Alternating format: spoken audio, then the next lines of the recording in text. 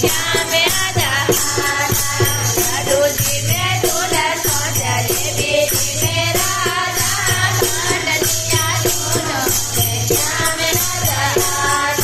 कोई दूल्हे दूल्हा सौदे कोई दूल्हे राजा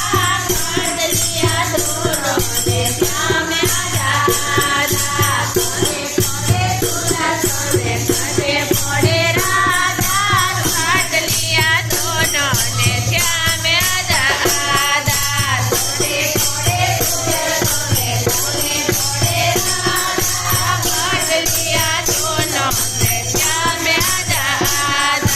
कोई पड़े दूल्हा सौदे कोई पड़े राजा मंडलिया दोनों ने श्याम आजा कोई तेरे दूल्हा सौदे कोई देवे राजा मंडलिया दोनों ने श्याम आजा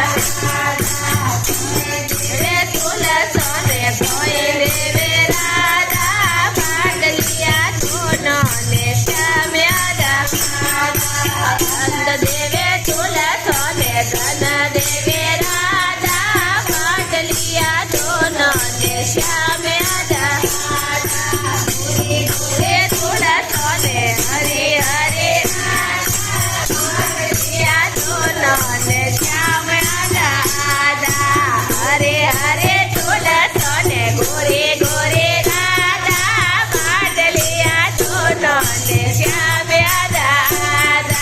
मंडलिया दोनों ने श्याम आजा